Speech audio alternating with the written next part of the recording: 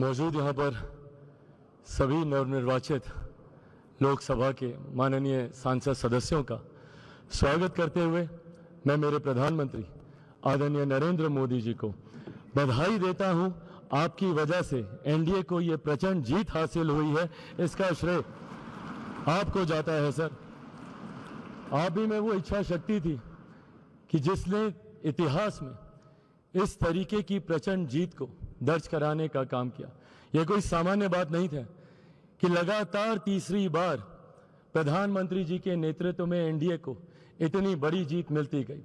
हम लोग सर जब क्षेत्र में जाते थे, आपके नाम पर जिस तरीके का उत्साह देखने को मिलता था, ये हम सबके लिए गर्व की बात होती थी कि हमारे नेता एक ऐसा नेतृत्व करता हम लोग के पास है जिसको लेकर जनता में विश्वास है। आप ही की वजह से सर आज दुनिया के सामने हम लोग गर्व से कहते हैं कि भारत देश की 5वीं सबसे बड़ी अर्थव्यवस्था बना, तो ये देन आपकी है। भारत की जनता को सर आप पर पूरा विश्वास है। आप ही में सर वो इच्छा शक्ति है जो गांव और शहर की दूरी को मिटा सकता है।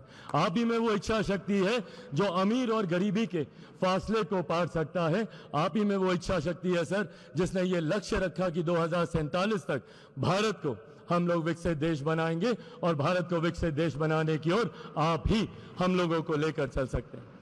मैं यहाँ इस सदन में मौजूद तमाम वरिष्ठ नेताओं का अभिवादन करते हुए मैं चिराग पासवान, जो यहाँ पर प्रस्ताव माननीय रक्षा मंत्री जी आदरणीय राजनाथ सिंह जी के द्वारा आया है, मैं चिराग पासवान मेरी पार्टी लोक जनशक्ति पार्टी रामविलास की तरफ से एनडीए संसदीय दल के नेता पद पर श्री नरेंद्र मोदी जी के नाम का समर्थन करता हूं।